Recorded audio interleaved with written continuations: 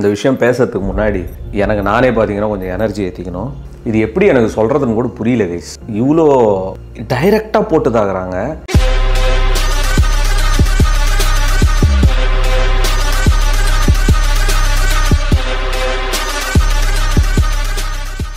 Okay guys, I'm back with இன்னொரு வீடியோ. எல்லாருக்கும் வணக்கம். ஸோ ஹோப்ஃபுல்லி பார்த்தீங்கன்னா எல்லாரும் சேஃபாக இருக்கீங்க நம்புறேன். என்ன சொல்கிறதுனா, இப்போது இந்த தமிழக வெற்றி கழகம் அப்படின்ற ஒரு கட்சி, சரி ஓகேங்க, நான் என்ன சொல்கிறதுனா, ஒரு பொதுவாக சோஷியல் மீடியா நம்ம நோண்டும் போது நிறைய கண்டென்ட் பார்ப்போம். இதில் இப்போ ட்விட்டர் பக்கம் போனாலே அதிகமாக பார்க்கறது எல்லாருமே ஒரு கட்சியை டார்கெட் பண்ணி சம்மந்தமே இல்லாமல் நோண்டிகிட்டே இருக்காங்க. கண்டிப்பாக கட்சியை ஃபாலோ பண்ணுறவங்களுக்கு கோபம் வரும். அவங்களும் அவதூறாக பேச ஆரம்பிப்பாங்க. சீண்டினே இருக்கார் அவரை. தலைவரும் சைலண்ட்டாக இருக்கார், எதுவுமே பேசாமல் இருக்கார். என்ன நடந்தாலும் நடந்துட்டு போட்டோம், நம்ம எதுக்கு சினிமாவை விட்டு அரசியலுக்குள்ளே வந்தோமோ அந்த வேலையை மட்டும் பார்ப்போம் அப்படின்னு சொல்லிட்டு அவரோட ஸ்பீச்சாக இருக்கட்டும், அவரோட விஷயங்கள்ன்றது மக்களுக்கு சொல்கிறாங்க. நான் என்ன கேட்குறேன்னா, தமிழ்நாட்டில் எத்தனை கட்சி இருக்குது? ஒரு கட்சி இன்னொரு கட்சி பற்றி பேசுறதே இல்லையா? ஒரு ஆட்சியில் என்ன பண்ணுறாங்க ஆளுங்கட்சி அப்படின்றது, இன்னொரு ஆப்போசிட் கட்சி நீங்கள் இந்த ஒர்க்லாம் பண்ணவே இல்லை மக்களுக்கு அப்படின்னு சொல்லிட்டு ஒரு என்ன சொல்கிறதுனா ஒரு குற்றமாக வச்சதே கிடையாது. தமிழ்நாட்டில் இதெல்லாம் நடந்ததே கிடையாது, மாநாடு நடந்ததே கிடையாது. ஏதோ இன்றைக்கி ஸ்டார்ட் பண்ண ஒரு கட்சி தான் இருக்கட்டுமே, அதில் க்ரௌடு வருது வரட்டுமே, தளபதி பேசுகிறாரு பேசட்டுமே, ஸ்கிரிப்டடாக இருக்குது பேசட்டுமே, மக்களுக்கு என்னதான் அவர் பண்ண போகிறார் அப்படின்னு சொல்லிட்டு பார்க்கட்டும் எல்லாரும். ஏன் இது நீங்கள் தடுக்கிறீங்க? ஆக்சுவலாக என்னென்னா, இந்த வாரம் கரூரில் மீட்டிங் இருக்கு போல. அந்த கரூரில் நடக்க வேண்டிய மீட்டிங்கே பார்த்தீங்கன்னா பெர்மிஷன் கொடுக்காம தடுக்கிறாங்க.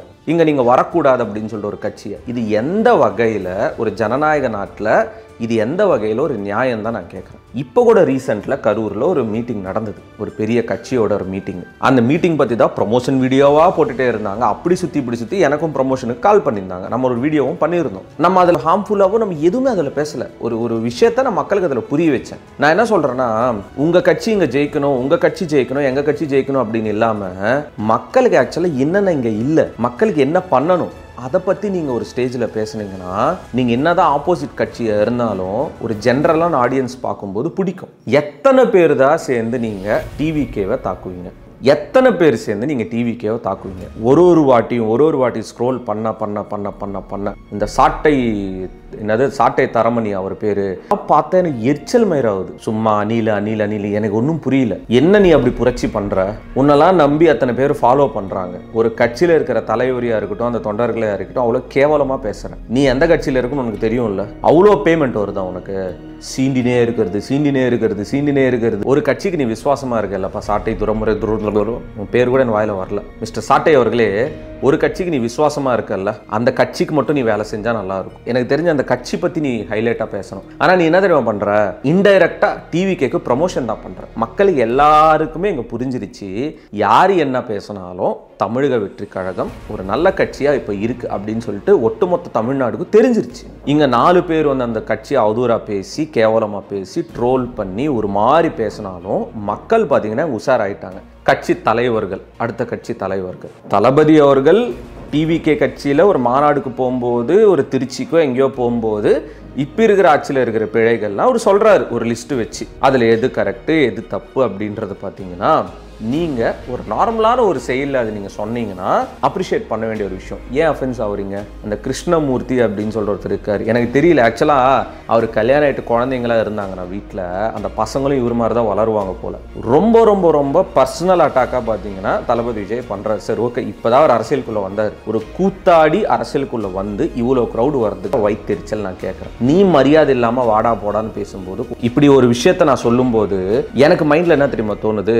என்னை விட அந்த கிருஷ்ணமூர்த்தி அப்படின்ற ஒரு வயசுல பெரியவர், நம்ம எதுக்கு இப்படி மரியாதை குறைவா பேசணும்? தப்பு அப்படின்றது என்னோட உள் மனசு சொல்லுது. உங்களுக்கே அந்த மாதிரி இல்லை, ஏன் ரொம்ப பர்சனல் அட்டாக் பண்றீங்க ஒரு தலைவரை? அவர் கட்சி தலைவருங்க தளபதி விஜய் அப்படின்றவர், ஏன் பர்சனல் அட்டாக் பண்றீங்க? இதெல்லாம் ஃபன்னா மீம்ஸா நிறைய பேர் ஷேர் பண்றீங்க. பட் இதுல ரியாலிட்டி என்ன தெரியுமா? தமிழக வெற்றி கழகம் இங்க ஒரு சிங்கிள் ஹேண்டடா வெறும் அவரை நம்பி வர கூட்டத்தை வச்சு அவர் பாத்தீங்கன்னா இவ்வளோ பெரிய புரட்சி பண்ணிட்டு இருக்காரு தமிழ்நாட்டில். சும்மா தல அஜித் வந்தா க்ரௌடு வரும், ரஜினி வந்தா க்ரௌடு வரும், கமல் வந்தா க்ரௌடு வரும், க்ரௌடு வரதா செய்யுங்க. பட் இந்த க்ரௌடு கிடையாது. அங்கே ஒன்றும் போயிட்டு ஒரு ஆடியோ லான்ச் வரல. ஒரு ஏரியாவுக்கும் மக்களுக்கு சில விஷயங்கள் புரிய வைக்க வராங்க. தமிழக வெற்றி கழகத்தில் நாங்கள் ஆட்சிக்கு வந்தால் என்ன பண்ண போகிறோம்னு சொல்கிறது பிப்ரவரி வரைக்குமே பார்த்தீங்கன்னா இந்த கேம்பெயின்ஸ் ரன் ஆகும்னு சொல்லிட்டு தளபதி சொல்லியிருக்காரு. இப்போ ஒரு ஊரில் பிளான் பண்ண ஒரு மீட்டிங்கை நீங்கள் வரக்கூடாது அப்படின்னு சொல்கிறதுல எந்த விதத்தில் நியாயம்? இதில் என்னன்னா திருவள்ளூர் சைடு இந்த ஏரியாலாம் எப்படி இங்கே வந்துருவாங்க பார்க்கலாம். எப்படி என்ன எனக்கு புரியல. இல்லை மொத்த திருவள்ளூர் லேண்டாக இருக்கட்டும் இல்லை கரூர் லேண்டாக இருக்கட்டும் உங்கள் பேரில் எழுதி வச்சிட்டாங்களா என்ன?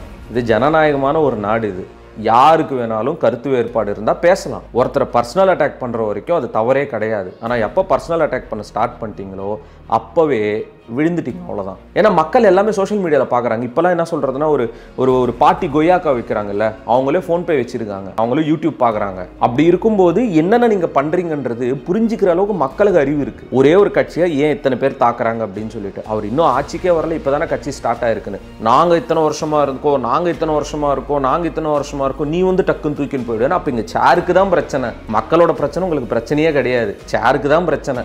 அதை நோக்கி தான் நீங்கள் போவீங்க. இதோட ஒரு சிறந்த எக்ஸாம்பிள் யாருமே கொடுக்க முடியாது. ஏன்னா தமிழக வெற்றி கழகம் சேர் தான் எங்க இம்பார்ட்டன்ட் சொல்லிட்டுலாம் பண்ணலாம். அவங்க எனக்கு சினிமா இவ்வளோ கொடுத்துருக்கு காசு, நீங்க தான் எனக்கு இவ்வளோ காசு கொடுத்தீங்க, உங்களுக்கு நான் எதாவது செய்யணும். இதுதான் கான்செப்ட். ஆனா இங்க சில பேர் அவர் மேல அஃபென்ஸா பேசுறீங்களா கட்சிங்க, உங்களுக்கு அந்த சேர் தான் முக்கியம். அதுல ஒருத்தர் இருக்காருப்பா சாமி, அவர் எனக்கு தெரிஞ்சு கட்சி விட்டு சினிமாவுக்கு போயிடலாம். அவர் மாதிரி நடிகர் வேற யாருமே கிடையாது. நான் யாரை சொல்றேன்னு உங்களுக்கே தெரியும். இன்னைக்கு ப்ரோன்னுவாரு, நாளைக்கு வாட் ப்ரோன்னுவாரு. சொல்லிட்டு இந்த வீடியோ முடிச்சுக்கிறேன் கைஸ். அண்ட் அடிக்கடி இந்த மாதிரி நான் சில விஷயங்கள் நான் ஷேர் பண்றேன். நீங்க பண்ண வேண்டியது இந்த வீடியோஸ்லாம் பாத்தீங்கன்னா மக்களுக்கு நிறைய பேருக்கு ஷேர் பண்ணுங்க. நிறைய பேருக்கு தெரிய வரணும். ஆக்சுவலா என்கிட்ட ஒரு கேமரா இருக்கு, ஏதோ ஒரு 10,000 பேர் 20,000 பேர் பாக்குறீங்கன்னு இந்த வீடியோ நான் பண்றேன் அப்படின்னு எடுத்துக்காதீங்க. நிறைய பேருக்கு ஷேர் பண்ணுங்க. சொல்லிட்டு இந்த வீடியோ முடிச்சுக்கிறேன் கைஸ். நம்மளோட அடுத்த ஆல்பம் சாங் லூசு ஃப்ளவர் அப்படின்னு ஒரு பாட்டு பார்த்தீங்கன்னா கூடிய விரைவில் வரப்போகுது.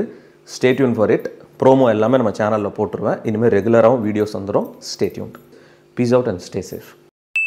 தளபதி கோடான கோடி ரசிகர்களின் என்றும் அறிவதி. பிக் ஷாட் இவர் பிளாக் பஸ்டர் வந்த மகுமதி. இக்னோர் நெகட்டிவ் வெட்ட சொன்ன தங்க தளபதி.